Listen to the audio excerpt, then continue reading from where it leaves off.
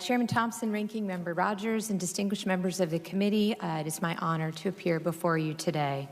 Before I begin, I want to note that our department has many missions. Our people work tirelessly every day, around the clock, to strengthen the safety and security of the American people against terrorists, transnational criminal organizations, hackers, rogue nation states, natural disasters, and more. I want to applaud them always for their extraordinary vigilance in protecting us all from persistent and emerging threats. But today I want to focus on one core mission in particular, our duty to secure our borders. This is one of the highest priorities of our president, this administration, and my department. Indeed, it is among the most fundamental responsibilities of any sovereign nation. I want to start by stressing that our country remains a beacon of hope, freedom, and opportunity to the world. We welcome more immigrants, temporary workers, and foreign travelers every year than any other nation on earth. Each year, more than 1 million people become lawful permanent residents of the United States. Legal immigration has been a bedrock of this country. We want to strengthen legal immigration and welcome more individuals through a merit-based system that enhances our economic vitality and the vibrancy of our diverse nation. We also will continue to uphold our humanitarian ideals. But illegal immigration is simply spiraling out of control and threatening public safety and national security. We face a crisis, a real, serious, and sustained crisis at our borders. We have tens of thousands of illegal aliens arriving at our doorstep every month. We have drugs, criminals, and violence spilling into our country every week. And we have smugglers and traffickers profiting from human misery every single day by exploiting people who are seeking a better life, deceiving them about our laws, and fueling everything from sexual slavery to child exploitation to the smuggling of illicit goods. Make no mistake, this chain of human misery is getting worse. Yesterday, we announced that the numbers of apprehension at our southern border have spiked again, substantially. Since late last year, we have been seeing 50,000 to 60,000 migrants arrive at our southern border each month. But in February, we saw a 30% jump over the previous month, with agents apprehending or encountering nearly 75,000 aliens. This is an 80% increase over the same time last year. And I report today that CBP is forecasting the problem will get even worse this spring as the weather warms up. The projections are dire. The agency is now on track to apprehend more migrants crossing illegally in the first 6 months of this fiscal year than the entirety of FY17. And at the current pace, we are on track to encounter close to 1 million illegal aliens at our southern border this year.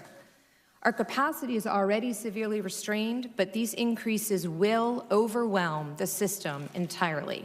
This is not a manufactured crisis. This is truly an emergency. What's different about the current migrant flows, and this is important, is not just how many people are coming, but who is arriving. Historically, illegal aliens crossing into the United States were predominantly single adult males from Mexico with no legal right to stay, and who we could quickly detain and remove within 48 hours. But in recent years, we have seen the numbers of vulnerable populations, children and families, skyrocket. Over 60% of the current flow are family units and unaccompanied alien children, and 60% are non-Mexican. Because of outdated laws, misguided court decisions, and a massive backlog of cases, we are often forced to release these groups into the United States, and we have virtually no hope of removing them in the future. And importantly, our ability to help those truly in need is severely limited. The vast majority of these individuals are from Central America. While many of them initially claim asylum and are led into the United States, only 1 in 10 are ultimately granted asylum by an immigration judge. Unfortunately, when it comes time to remove the other 90%, they have often disappeared into the interior of our country. Smugglers and traffickers have caught on, realizing that the outdated laws, lack of resources, and bad court decisions effectively give them a free ticket into America. Information about the weaknesses in our system have spread quickly in Central America. In fact, they are advertised. And our booming economy under President Trump has made the dangerous journey even more attractive to migrants. As a result, the flow of families and children has become a flood. In the past 5 years, we have seen a 620% increase in families, or those posing as families, apprehended at the border. This last fiscal year was the highest on record. And of great concern to me is that the children are being used as pawns to get into our country. We have encountered recycling rings where innocent young people are used multiple times to help aliens gain illegal entry. As a nation, we simply cannot stand for this. We must fix the system. Today's migrant flows have created a humanitarian catastrophe. In one study, more than 30% of women reported sexual assault along the way, and 70% of all migrants reported experiencing violence. Smugglers and traffickers are forcing migrants into inhumane conditions, demanding extraordinary sums of money and putting their lives in danger. And vulnerable populations, especially children, are coming into DHS sicker than ever before. This is also a public safety and national security crisis. TCOs are using the situation to line their pockets, fueling a rise in other illegal activity and the spread of violent crime into our country. Gang members are smuggling new recruits into the United States, with CBP recording a 50% spike over the last fiscal year of the number of gang members apprehended at the southern border alone. And DHS personnel are grappling daily with the movement of drugs, illicit goods, and unknown threat actors coming across the borders. So what are we doing about this? At the President's direction, we are confronting it head-on in many ways. Let me try to quickly summarize. We've championed a border wall system, which includes infrastructure, technology, and additional personnel.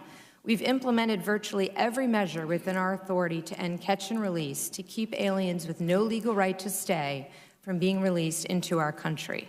We've worked with the Pentagon to deploy troops to the southern border, which has helped us achieve tens of thousands of apprehensions and turnbacks of illegal aliens. We've dramatically increased referrals for prosecutions of single adults illegally crossing the border from 12% at the start of the administration to nearly 50% today. We have worked tirelessly with the Northern Triangle countries. I myself can attest to the many trips that I've made and the conversations and negotiations I've had to deal with the root causes of migration and to address the challenges at the source. I talk to my counterparts in Central America almost weekly. I travel down there regularly, and this month I'm happy to report that we expect to sign a historic regional compact, the first ever, with those countries to counter irregular migration, human smuggling, trafficking, and the formation of caravans. This is something I've been pursuing for years, and it will have a real effect on this crisis. We've stepped up efforts to protect women and children from being abused, kidnapped, sexually assaulted, and exploited upon the dangerous journey, and we're doing more to dismantle TCOs, including through concerted interagency action and deeper foreign partnerships. We've intensified operations to seize illicit drugs, especially opioids, as they are smuggled into the U.S., including through the deployment of new technology. We're putting in place important measures to reduce asylum fraud so we can better help those who are truly fleeing persecution.